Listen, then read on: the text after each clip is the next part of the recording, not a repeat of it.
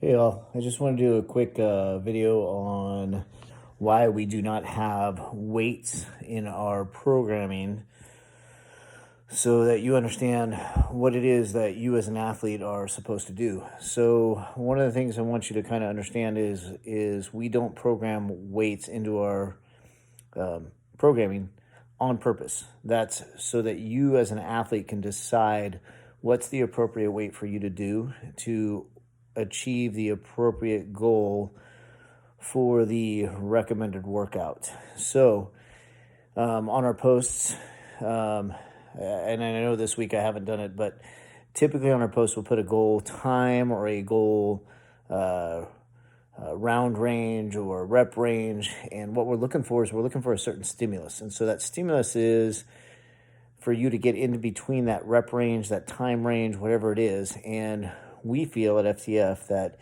if we program the weight for you, that means that you may not be able to hit the appropriate rep or time range that we're looking for. So because we're looking for a certain stimulus, it's up to you as an athlete to figure out what it is that you need to do in order to achieve that goal, rep or time range. So in the workout explanations on the videos on the website, we actually talk about what it is that we're looking for. So make sure that you're going over to the website to look at that. As we start to use SugarWOD, I'm sure that I'll be able to figure out how to put a goal range or a rep range on there so that you guys can figure that out. We just started SugarWOD today, so I'm still learning how to use it. I've emailed the owners of SugarWOD to figure out how to put your strength work in there. But the strength work is really the only area where we're going to make recommendations on weights that you should be achieving. And that's based on percentages, not based on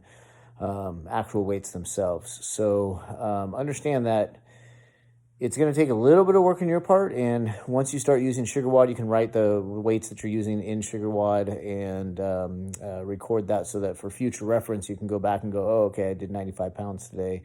I might try 135 next time. So things to think about as far as that's concerned. We don't want to control what weight you're using because we don't feel like we understand you as an individual, and everybody's an individual.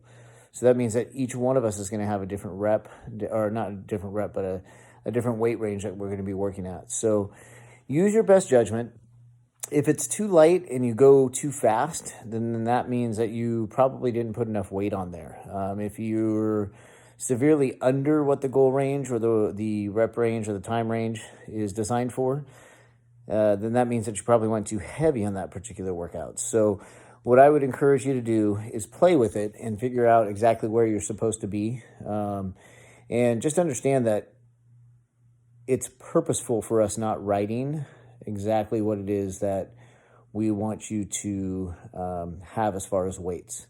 That is for you as an individual, or if you're at a gym like LiveFit, for you as to figure out, your coach to figure out exactly what it is that you're supposed to do.